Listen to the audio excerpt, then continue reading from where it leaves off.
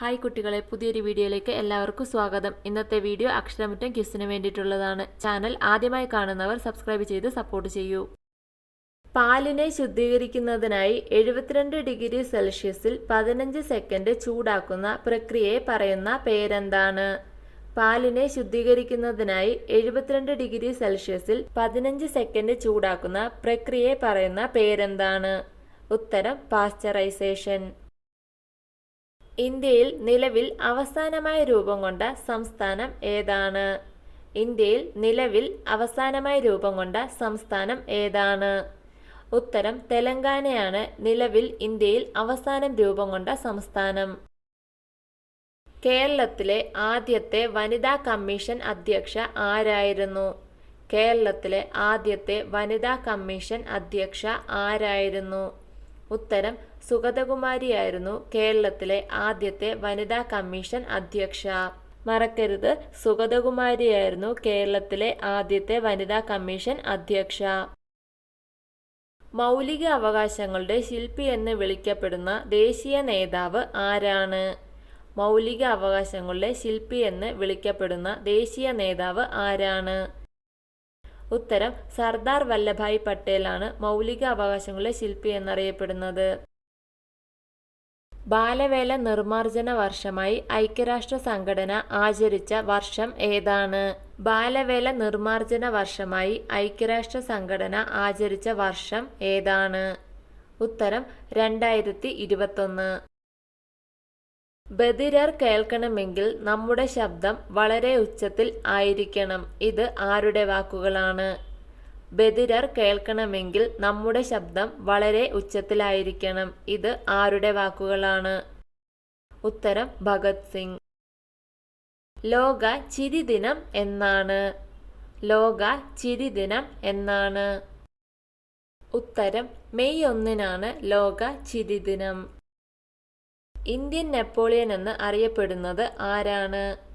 Indian Napoleon എന്ന് അറിയപ്പെടുന്നത് ആരാണ്?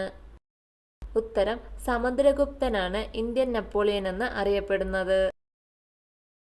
ആരുടെ ജന്മദിനമാണ് ഇന്ത്യയുടെ ദേശീയ വിദ്യാഭ്യാസ ദിനമായി ആഘോഷിക്കുന്നത്?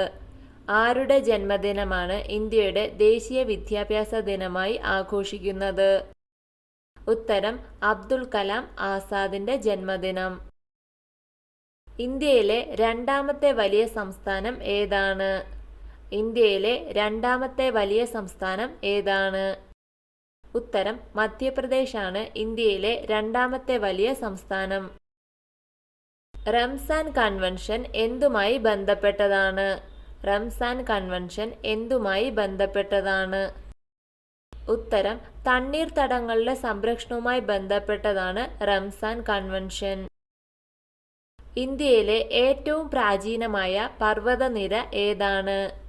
ഇന്ത്യയിലെ ഏറ്റവും പ്രാചീനമായ അഥവാ പഴക്കം ചെന്ന പർവ്വതനിര ഏതാണ്? ഉത്തരം ആരവല്ലി പർവ്വതനിരയാണ് ഇന്ത്യയിലെ ഏറ്റവും പ്രാചീനമായ പർവ്വതനിര.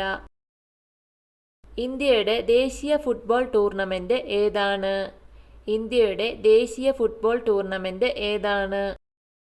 ഉത്തരം സന്തോഷ് ട്രോഫി ഫുട്ബോൾ ടൂർണമെന്റാണ് ഇന്ത്യയുടെ ദേശീയ ഫുട്ബോൾ ടൂർണമെന്റ്.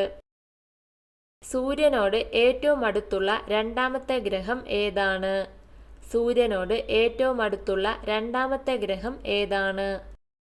ഉത്തരം ശുക്രനാണ് സൂര്യനോട് ഏറ്റവും അടുത്തുള്ള രണ്ടാമത്തെ ഗ്രഹം. തിരുവിതാംകൂറിൽ അടിമക്കച്ചവടം നിർത്തലാക്കിയത് ആരാണ്? തിരുവിതാംകൂറിൽ അടിമക്കച്ചവടം നിർത്തലാക്കിയത് ആരാണ്? ഉത്തരം റാണി ഗൗരി ലക്ഷ്മി ഭായിയാണ് തിരുവിതാംകൂറിൽ അടിമക്കച്ചവടം നിർത്തലാക്കിയത്. ഏത് മരുഭൂമിയിലൂടെയാണ് ഇന്ദിരാഗാന്ധി കനാൽ ഒഴുകുന്നത്? ഏത് മരുഭൂമിയിലൂടെയാണ് ഇന്ദിരാഗാന്ധി കനാൽ ഒഴുകുന്നത്? ഉത്തരം താർ മരുഭൂമിയിലൂടെയാണ് ഇന്ദിരാഗാന്ധി കനാൽ ഒഴുകുന്നത്.